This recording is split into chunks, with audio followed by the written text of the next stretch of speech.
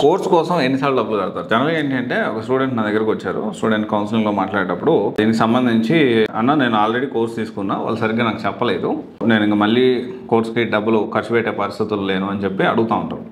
And అదొక point, అదొక scenario. ఇంకో సినారియో వచ్చేసి నేను కోర్స్ కోసం ఎంత డబ్బులు ఖర్చు పెట్టాలి.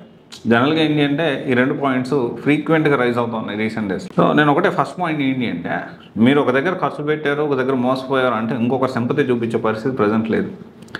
అందరూ కూడా ఎవ్రీబడీస్ కమర్షియల్, ఎవరు ఎక్స్క్లూడ్ కాదు. నేను కూడా మంచి జాబ్ వస్తే చేస్తావు కదా, ఫ్రీగా అయితే చేయవు కదా. సో ఇక్కడ ఒకటే విషయం ఏంటంటే అందుకని జాయిన్ అయ్యేటప్పుడే 1కి 10 సార్లు 12 సార్లు హైదరాబాదా బెంగళూరు డిసైడ్ చేసుకోండి, కాల్స్ ఎలా ఉన్నాయి డిసైడ్ చేసుకోండి, ఏ టెక్నాలజీ డిసైడ్ చేసుకోండి.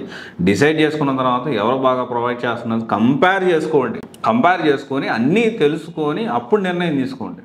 ఏదో 4 యాడ్స్ చూసేసి లేకపోతే ఇంకోటి ఏదో చేసేసి ఎవరో తెలిసిన వాళ్ళు చెప్పారు డిస్కౌంట్ ఇప్పిస్తా అన్నారు తక్కువ కాస్ట్కి అని చెప్పి ఇంకో దగ్గరికి వెళ్ళిపోయి అట్లా చేయొద్దు. డెఫినెట్లీ ఈవెందో నేను చెప్పినాక 100% కనుక్కోండి. డెఫినెట్లీ నేనైతే చాలా రీసెర్చ్ చేస్తాను. మన సివైసీ ఉన్నది అందుకు. ఈరోజు సివైసీ అనేది ఒక వ్యవస్థ, ఒక సిస్టమ్. చాలామంది అడుగుతూ ఉంటారు అన్న మీరు ఏం చేస్తుంటారండి. సివైసీ ఒక 4 ఛానల్స్ 4 యూట్యూబ్ ఛానల్స్ ఉన్నాయి మనకి. సో దాంట్లో 3 చాలా యాక్టివ్గా ఉన్నాయి. దీంతోపాటు మనం ఇంకొక విషయం చూసుకుంటే అంటే నేను మార్కెటింగ్ అడ్వైజ్ చేస్తూ ఉంటాను. చాలామంది క్లయింట్స్ ఉన్నారు. సో పొలిటికల్కి సంబంధించి పొలిటికల్ పిఆర్ కూడా కొంతమంది వాళ్ళకి పబ్లిక్ మీటింగ్లో మాట్లాడేటప్పుడు చాలా హైయర్ అఫీషియల్ వాళ్ళకి నేను స్క్రిప్ట్ కూడా రాస్తూ ఉంటాను. ఎలా మాట్లాడాలి, ఏం మాట్లాడాలి, ఏమేమి పాయింట్స్ మాట్లాడాలి, ఏ ఎజెండాతో మీటింగ్ మాట్లాడాలి. సో అలాంటి స్క్రిప్ట్స్ కూడా నేను రాస్తూ ఉంటాను.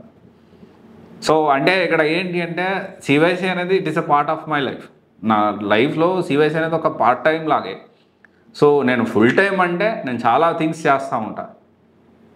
సో చాలామంది అడుగుతూ ఉంటారు ఏం చేస్తుంటారన్న మీరు ఏం చేస్తుంటారని. So I have a team. So ఒక మంచి టీం ఉన్నారు. సో డెఫినెట్లీ ప్లస్ చాలా క్లయింట్స్ ఉన్నారు నాకు. ఎప్పుడు కూడా వాళ్ళతో డైలీ ఆన్ బేసిస్లో కాల్స్ మాట్లాడుతూనే ఉంటా. సో వాళ్ళతో డే టు డే ఇంటరాక్ట్ అవుతూ ఉంటా. సో మార్కెటింగ్ ఒక ప్రోగ్రామ్ లాంచ్ చేయడానికి ఎలా మార్కెటింగ్ చేయాలి, బ్లూ ప్రింట్ ఏంటి, ఇవంతా కూడా నేను ఇస్తూ ఉంటాను. సో జనరల్గా ఇవన్నీ చేస్తూ ఉంటాను. సో అయితే ఇదేంటి అంటే మనం అందుకని 1కి 10 సార్లు ఆలోచించి నిర్ణయం తీసుకోవాలి. First point.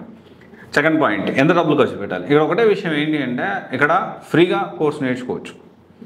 ఓకే, ఫ్రీగా కోర్స్ నేర్చుకోవచ్చు. ఏది అసలు ఏం డబ్బులు కట్టకుండా ఫ్రీగా కూడా కోర్స్ నేర్చుకోవచ్చు. కొంత డబ్బులు పెట్టి కూడా నేర్చుకోవచ్చు. ఇక్కడ ఏంటి అంటే క్వాలిటీ మ్యాటర్స్. మనకు జాబ్ వాళ్ళకి కనెక్షన్స్ ఉన్నాయా లేదా, మనకు సూట్ అయ్యే కోర్స్ నేర్చుకున్నావా లేదా. It is everything is interlinked. Doesn't mean that 10,000 course నేర్చుకుంటే రాదని కాదు. 10,000 కోర్స్ నేర్చుకుంటే మనకు కావాల్సినంత కంపెనీ రిక్వైర్మెంట్ తగ్గట్టు మనం రెడీ అవుతున్నామా లేదా అనేది ఇక్కడ చాలా ఇంపార్టెంట్.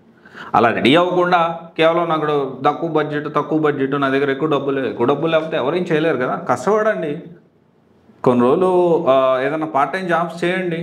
ఇప్పుడు చిన్నప్పటి నుంచి చదువుకొని లక్షలు చదువులు ఖర్చు పెట్టి బీటెక్లో కూడా లక్షలు ఖర్చు పెట్టి బీటెక్ చదివి అంతా అయిపోయేసరికి ఇక్కడ కరెక్ట్గా స్కిల్స్ నేర్చుకొని కరెక్ట్గా మీకు లైఫ్ టర్నింగ్ అయ్యే టైంలో సో అనవసరంగా ఆల్రెడీ బర్డన్ అయిపోయింది, ఆల్రెడీ ఇంకోటి అయిపోయింది. రీజన్స్ ఒకటే విషయం నేను ఒకటే చెప్తా ఉన్నా. It doesn't mean that again మళ్ళీ చెప్తా ఉన్నా మీరు డబ్బులు తక్కువ ఖర్చు పెట్టి కోర్సు నేర్చుకుంటే జాబ్ రాదనే విషయం అస్సలు కాదు, 200% కాదు. కాకపోతే ఏంటి అంటే ఫ్రీగా కూడా నేర్చుకోవచ్చు. కాకపోతే ఏంటి అంటే కొంత మంచిది సెలెక్ట్ చేసుకొని ఒక మినిమం బడ్జెట్ పెట్టుకుని వెళ్తే ఒక మంచి సెలెక్ట్ చేసుకుని ఇన్స్టిట్యూట్ వెళ్తే సో మనకి జాబ్ రావడానికి ఈ ప్లేస్మెంట్ ప్రాసెస్లో ఈ జాబ్ అసిస్టెన్స్ విషయంలో ఇంటర్వ్యూస్ పెట్టించే విషయంలో కొంత ఫాస్ట్గా మనం ప్రోగ్రెస్ అవుతాం. లేదంటే ఇంకొంచెం టైం తీసుకుంటుంది అంతే. ఓకే, ఎనీవే ఇది ఒకసారి ఆలోచించండి. 2 విషయాలు చాలామంది అడుగుతూ ఉన్నారు. Everything is interlinked. మీరు ప్రాపర్గా ఏంటి మనకి ఏ సూట్ అవుతుంది, మన బ్యాక్గ్రౌండ్ ఏంటి, ఇప్పుడు ప్రజెంట్ ట్రెండింగ్లో ఏముంది, హైదరాబాద్లో తీసుకోవాలా, ఎక్కడ మనకు అనుకూలంగా ఉంటుంది, లేకపోతే బెంగళూరులో తీసుకోవాలా, లేకపోతే పూణేలో తీసుకోవాలా, ఖచ్చితంగా 1-10 సార్లు ఆలోచన చేసి డెసిషన్ తీసుకొని ప్రోస్ అండ్ కాన్స్ అని రాసుకొని పేపర్ మీద పెట్టండి. ఏం జరుగుతుంది ఏంటి, ప్లస్ చేయండి. హైదరాబాద్ వెళ్తే ఈ కోచింగ్ ఇక్కడ జాయిన్ అయితే ప్లస్ ఏంటి మైనస్ ఏంటి ఆన్ పేపర్ పెట్టండి. ఏదైనా తిరగండి 10 ఇన్స్టిట్యూట్లు. మీకోసమే కదా, మీ కెరీరే కదా, మీ జీవితమే కదా. కొంచెం గ్రౌండ్ వర్క్ చేయండి. ఓకే, తొందరపడొద్దు. Thank you. This is Raj signing of.